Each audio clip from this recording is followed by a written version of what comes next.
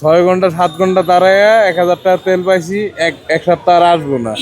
আর দ্বিতীয়ত কথা হলে গরমে দাঁড়ায় আপনার মাইগ্রেনের পেন, ব্লাড প্রেশার হাই, সব কিছু হইতেছে ভাই। এগুলো একটা সুস্থ সমাধান দরকার আসলে। এবার ভোগান্তি দিয়ে জনগণে হয় না আসলে ভাই। ফুয়েল কার্ড আর ফুয়েল পাস করছে ভাই, ফুয়েল পাসের লাইন আর নর্মাল লাইন একই কথা, তাহলে কেন ফুয়েল পাস করলাম? সমাধান কি করবে? সমাধান যদি সরকার সমাধান না করে তাহলে সমাধান হচ্ছে না। এখন বলতেছে জ্বালানি কোনো সংকট নাই, কিন্তু দিনের পর দিন লাইন বাড়তেছে ভাই। মানুষকেও কন্ট্রোল করতে হবে ভাই। সবচেয়ে বড় কথা হলো সরকার যা করার করুক, মানুষ নিজেরটা যদি নিজে না ঠিক হয় তাহলে হবে না।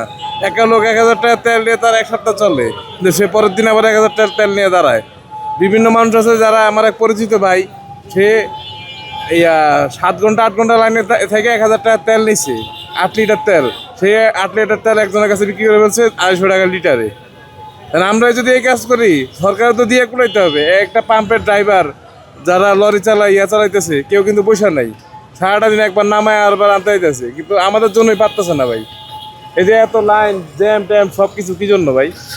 বাংলাদেশের মানুষের জনগণেরই সমস্যা আছে। প্রথম কথা হলো এটা, সরকার চেষ্টা করতেছে, করতে না করতেছে, কিন্তু জনগণের অনেক বড় সমস্যা আছে।